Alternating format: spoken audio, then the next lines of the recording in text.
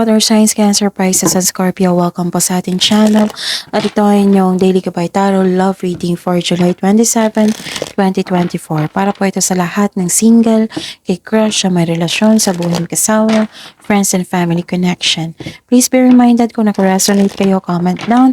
Kung hindi kayo nag-resonate, ibigay niyo po sa iba sa channel. Reading po ito. Please like, subscribe, and click bell button for notification para updated po kayo sa daily tarot love reading natin. Kung nais nyo ng personal reading kung nais nyo kamustahin yung person nyo, kung ano yung next action nyo, kung ano yung feelings niya, comment down link para mag-contact nyo po ako. Okay? Maraming salamat po. Okay, kunin muna natin tong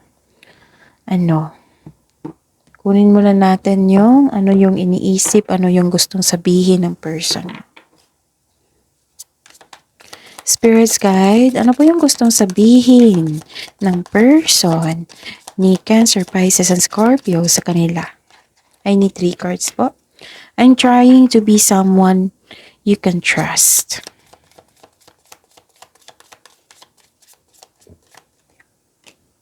I will take action soon. Please believe in me.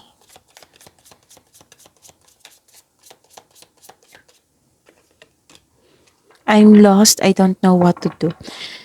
Okay. So, Cancer, Pisces, and Scorpio, maaring may kasalanan tong taong to sa inyo, no? Magsisisi na po siya. Gusto ko niyang suyuin. Gusto kayong suyuin. I'm trying to be someone you can trust. Gusto ko na, yung gusto niyang bumalik yung trust mo sa kanya. Gagawa po siya ng action, no? It might be, gumawa na siya ng action ngayon. Gusto niyang maniwala kayo sa kanya ulit. Kasi 2 card na po nagsabi dito And, yun. Spirits guide. So this is your energy. And the clarification of this card po.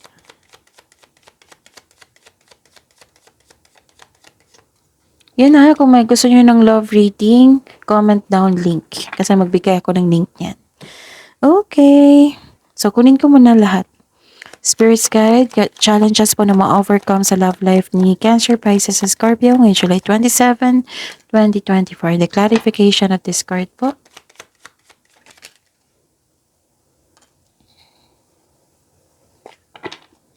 And kamusta ang feelings ng person ni Cancer, Pisces, and Scorpio ngayong July 27, 2024. And the clarification of this card po.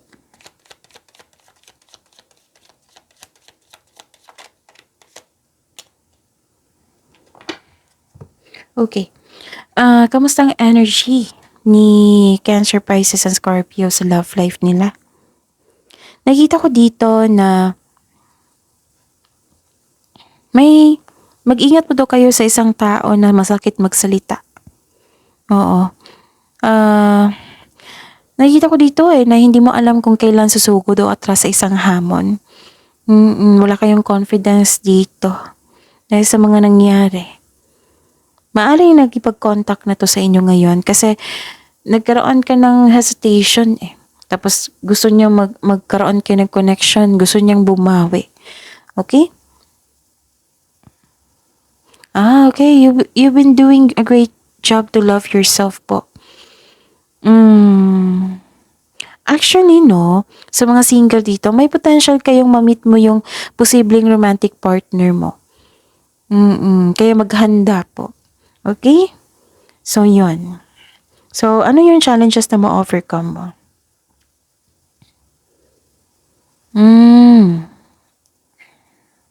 May challenge nga sa inyong connection, sa inyong relasyon. Feeling mo kinokontrol mo siya or kinokontrol ka niya. May nakita akong conflict dito. May concern sa third party issue. Nag-take advantage sa iyo itong taong ito. Pero ang sabi po ng card dito, mag-iingat po daw kayo sa taong manloloko. Kasi lumabas dito Nakita ko rin dito na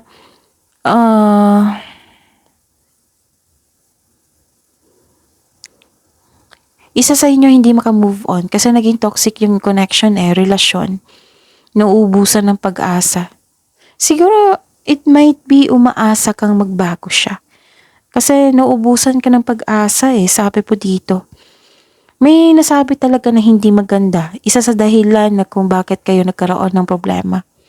Okay, so ano yung feelings niya? Kamusta ang feelings ng person mo ngayon, Cancer, Pisces, and Scorpio? Okay. So takot siya mag-isa. Kaya gusto siyang bumalik kasi ayaw niya mag-isa. Ayaw niyang iwan mo siya. Gusto niya ng connection. Takot kasi siya mag-isa Wala siyang kausap. Wala siyang support system. Takot siya. Nakikita ko dito. And, nakikita ko rin dito na,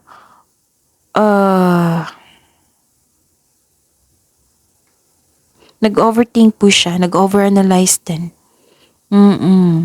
Gusto ko niyang suyuin. Pero nag-overthink. Wala siyang hesitation kasi gagawin talaga niya. Nag-overthink siya, nag-overanalyze siya kasi gusto niyang bumalik yung trust mo sa kanya. Okay? So that's it. See you tomorrow. Cancer, Pisces, and Scorpio. Please like, subscribe, and click the button for notification para updated po kayo sa daily tarot reading natin. Maraming salamat po.